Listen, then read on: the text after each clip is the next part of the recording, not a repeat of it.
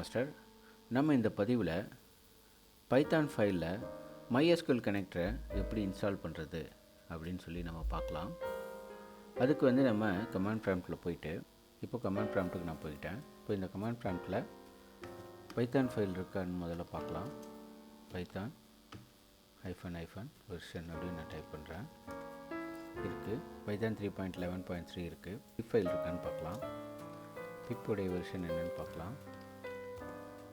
இப்போ பிப் 23.1.2.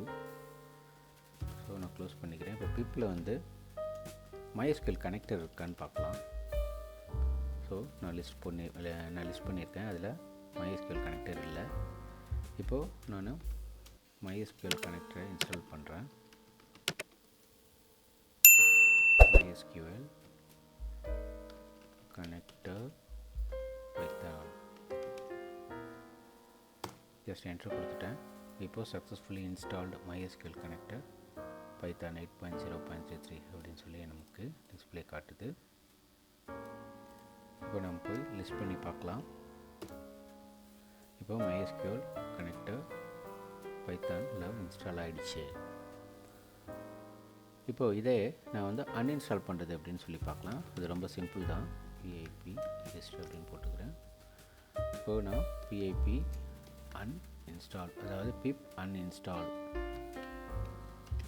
அப்படின்ட்டு போட்டு MySQL கனெக்டர் பைத்தான் போட்டு ஜஸ்ட் ஒரு என்டர் கொடுக்குறேன். இப்போது எல்லா ஃபைலுமே ரிமூவ் பண்ணணுமான்னு கேட்குது. எஸ்ன்னு நான் இப்போ கொடுக்குறேன். இப்போ சக்ஸஸ்ஃபுல்லி அன்இன்ஸ்டால்ட் MySQL கனெக்டர் பைத்தான் 8.0.33 அப்படின்னு சொல்லி நமக்கு மெசேஜ் இங்கே டிஸ்பிளே ஆகிடுச்சு. ஸோ அவ்வளோதான் கைஸ், ரொம்ப சிம்பிள். நீங்கள் இன்ஸ்டால் பண்ணலாம், அன்இன்ஸ்டால் பண்ணுறது இங்கே. ஸோ இப்போ நான் மறுபடியும் அதை இன்ஸ்டால் பண்ணிக்கிறேன். பிப் லிஸ்ட்டில் போய்ட்டு நான் பார்க்குறேன். மறுபடியும் நான் அதை இன்ஸ்டால் பண்ணிக்கிறேன்.